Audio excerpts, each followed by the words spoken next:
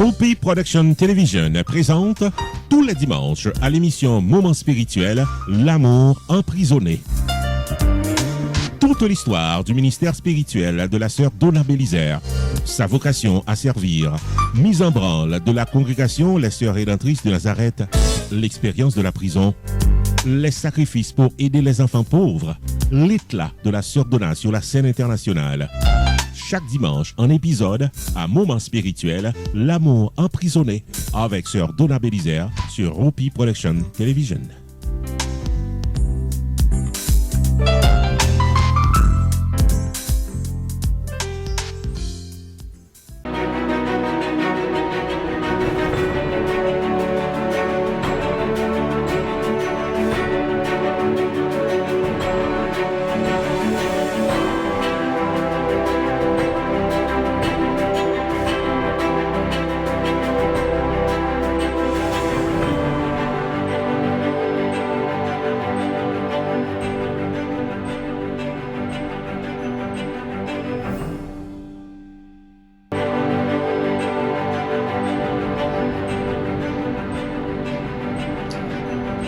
Mes amis, mes fans, je vous reviens encore avec Alay RPTV.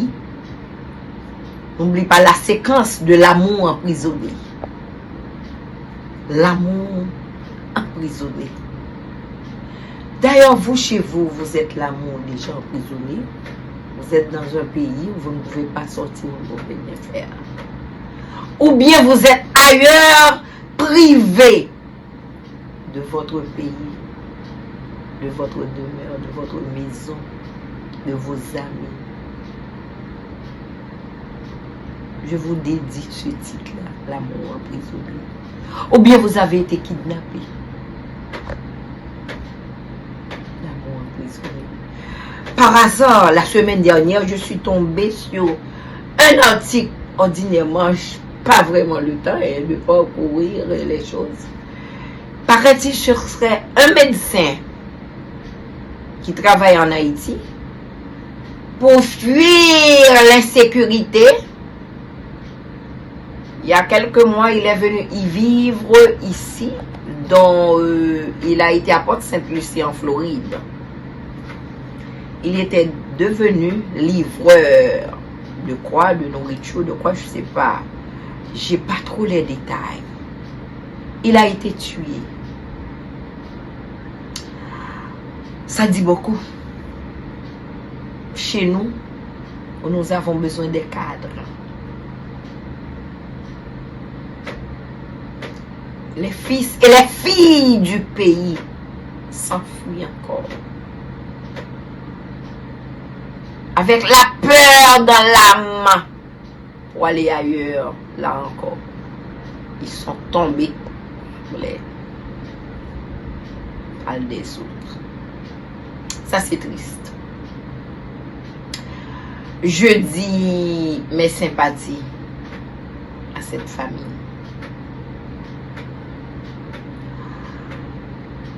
Et l'amour emprisonné, j'étais dans la partie 5e station de ma vie. La 5e station. Mes stations, mes amis, vont être très longues, je pense. Jésus en a eu 14. Mes stations vont être très longues. C'était l'emprisonnement. L'emprisonnement. Je me rappelle qu'un évêque m'a demandé, Sœur Donna, pouvez-vous nous décrire une journée à la prison? Votre journée à vous. Ça, on le fera plus tard. On verra plus tard. Il y a certaines choses, on ne veut pas tellement retourner en arrière pour voir. Mais je dois vous dire, je pense l'avoir écrit pour cet évêque-là. Il l'a eu.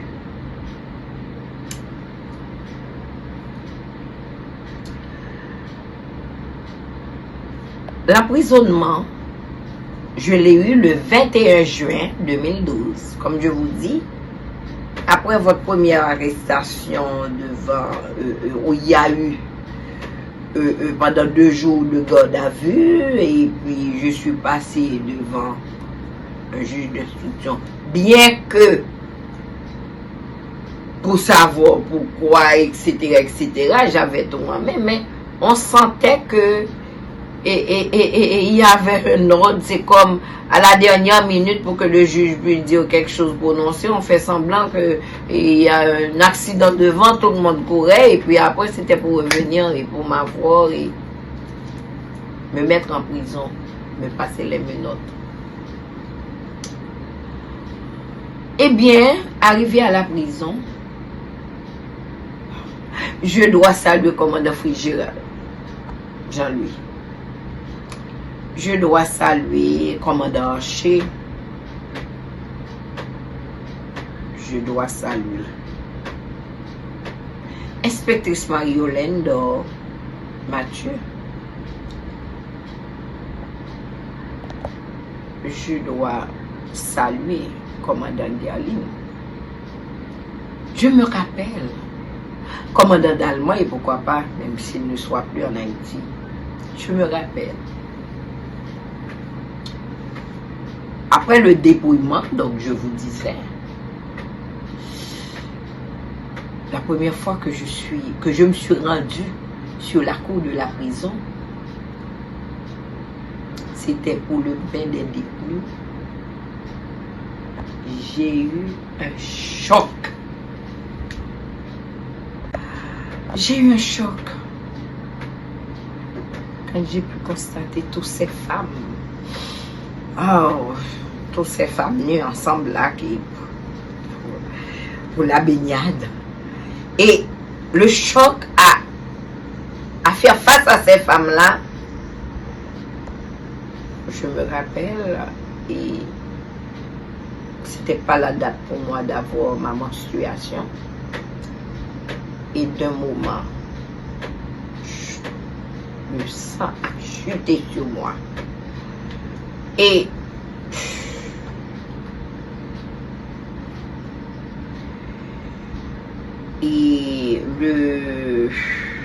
c'était, est-ce que je serai là aussi?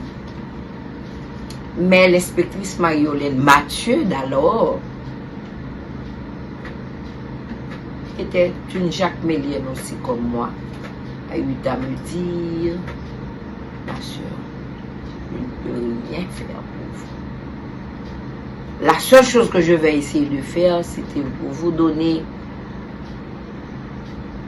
Vous pouvez prendre votre bain après les détenus, aller vous chercher un petit coin sur la cour pour le faire.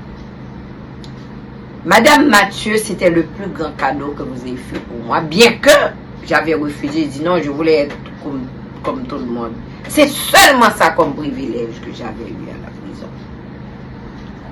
Prendre un bain après que les détenus soient dans leur cellule. Et sur la cour, je passais un petit drap. Je sortais toujours habillée et entrais encore habillée. C'est pour faire tout ce que j'ai eu à faire, par exemple, même avoir le temps de faire une petite prière, etc., etc. Mais avec beaucoup de pression, parce qu'il y a d'autres commandants ou bien d'autres chefs qui n'acceptaient pas, qui n'étaient pas d'accord. Mais quand même, je l'ai eu. J'ai toujours dit à l'inspectrice Mathieu, sachez que ce que vous avez fait là, ça va vous monter au plus haut sommet de votre poste. Et oui, elle a été et elle est encore au plus haut sommet.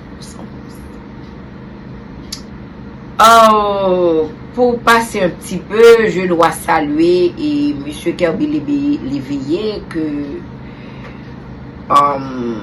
je dois parler de la soirée de la nostalgie, nuit de la nostalgie qui a eu hier, le 29 juillet, où nous avons été invités par frère Salomon et moi, par M. Léveillé. Et c'était vraiment la nostalgie. Moi, personnellement, j'ai rencontré 4 de mes amis. 2 Jacques Béliel, une à la FTEC,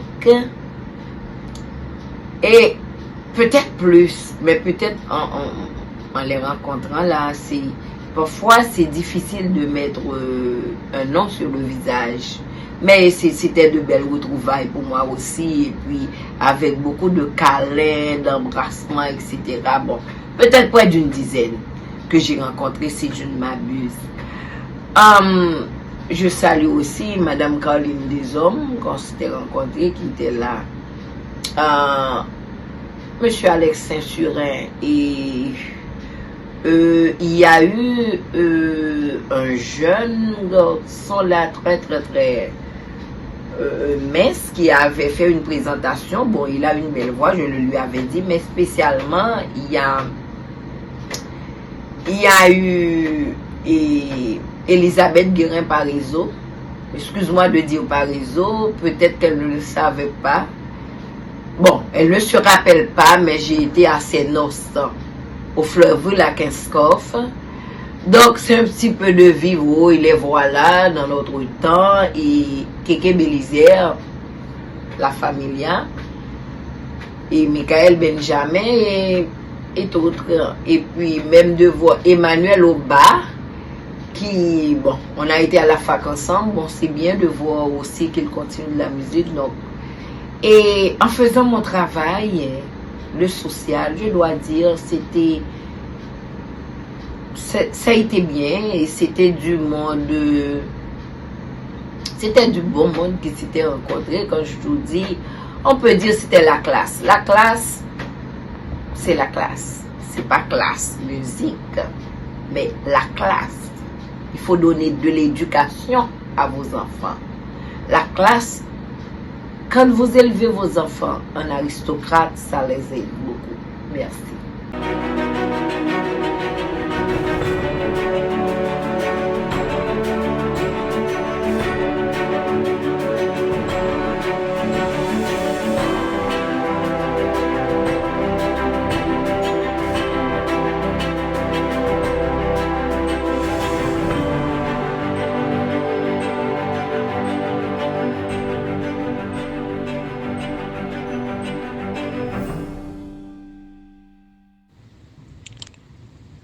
Mesdames, Mesdemoiselles, Messieurs, chers amis des ondes et internautes, bien le bonjour ou bonsoir à tous et à toutes au nom de la communauté des Sœurs Rédemptrices de Nazareth. Vous avez suivi avec attention et empressement nos rubriques sanitaires hebdomadairement. Et nous croyons avoir porté certaines différences dans votre vie quotidienne avec nos causeries sur le cancer et surtout sur le cancer du sein. Encore une fois, nous sommes ravis d'entrer chez vous pour résumer comment le traitement du cancer s'opère.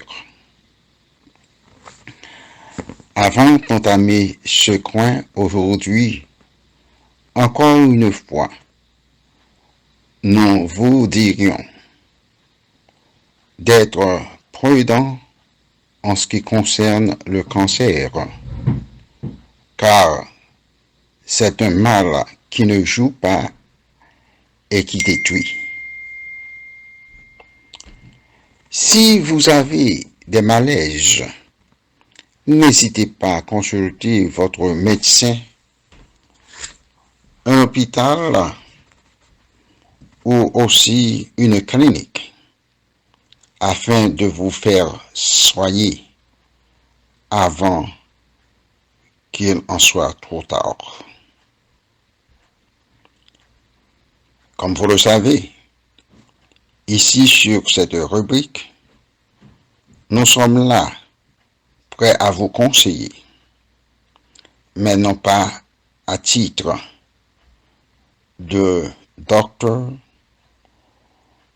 Nous ne sommes pas aussi présents pour vous diagnostiquer ou vous traitez.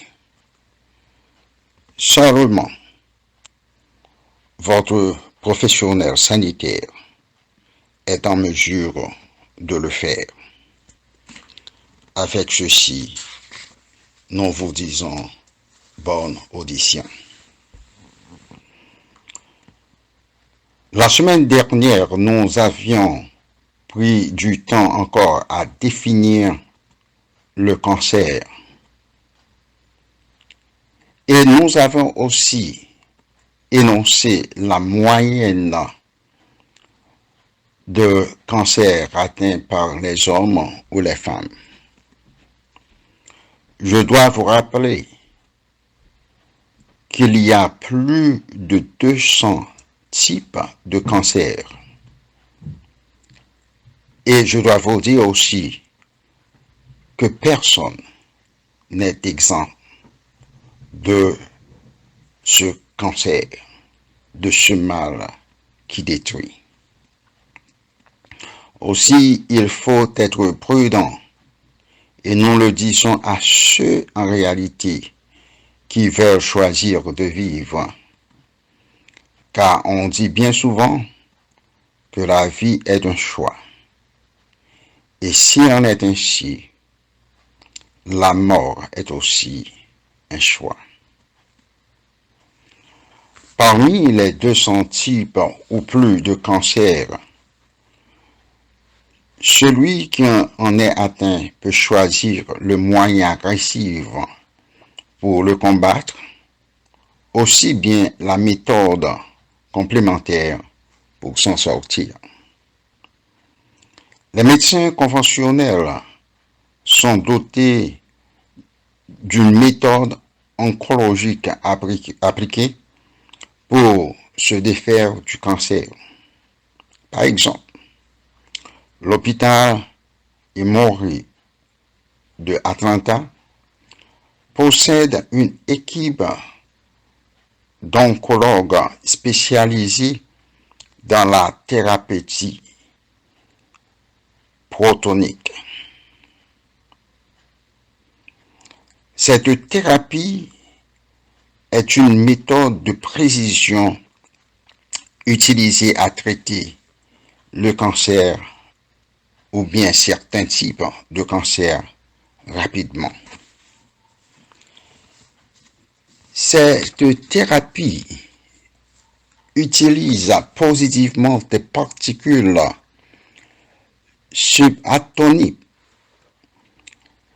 subatomiques chargées positivement pour cibler les cellules cancérigènes et remplies de radiation afin de balancer ou cibler la mesure ou bien la grandeur des tumeurs ou du cancer, la forme et la profondeur de cette tumeur ou bien le siège du cancer. Je dois vous dire que, à l'opposé des autres radiations, la radiation protonique délivrée aux malades a aucune radiation qui affecte les autres tissus voisins du siège de ce cancer. Cela aide le patient à éviter un long terme des effets nocifs ou side effects des radiations pratiquées par les autres radiations chimiques. Si vous voulez, vous pouvez toujours contacter l'hôpital Emory dans la grande métropole d'Atlanta pour plus de renseignements. La American Cancer Society a mis à jour une méthode de traitement agressive pour combattre le cancer du sein, et cela des stages 1 à 3. Cette société de renom traite le cancer à travers d'une intervention chirurgicale suivie d'une thérapie radiotonique. Cette société est aussi spécialisée dans le traitement du type de cancer HER2 protéine. Ce type de cancer traverse le corps à une vitesse rapide, ce qui peut causer la métastasie. Cette société aussi utilise des drogues qui ont des effets rapides sur le cancer du sein. Ces drogues comme tamoxifen, excusez-moi, trastuzumab,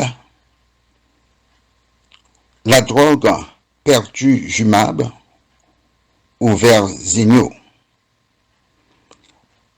La American Society aussi utilise l'immunothérapie pour les gens frappés du cancer du sein. Je dois vous dire que l'immunothérapie, c'est le fait de travailler sur certaines protéines spécifiques pour augmenter la réponse immunitaire du corps afin de s'en dégager du cancer. Les drogues utilisées à cet effet ont des actions adverses, des réactions adverses, mais qui sont aussi différentes de la chimiothérapie ordinaire. Nous citons par exemple la drogue monoclonale qui est à caractère précis. Cela veut dire que cette drogue touche seulement la partie affectée par le cancer et évite les tissus non affectés. Je dois vous dire que cette drogue monoclonale peut bloquer les protéines qui causent le développement rapide du cancer. Je dois vous dire que, mesdames, mesdemoiselles et messieurs, l'heure est venue de nous arrêter pour aujourd'hui. Et cette étude sera continuée la semaine prochaine avec d'autres moyens de traitement pour effacer en nous le cancer, et spécialement le cancer du sein qui attaque beaucoup de nos femmes et même les hommes. Je vous salue et je vous dis bon dimanche, bon mois d'août et que la paix et la santé vous soient données en abondance. Au revoir et à la semaine prochaine.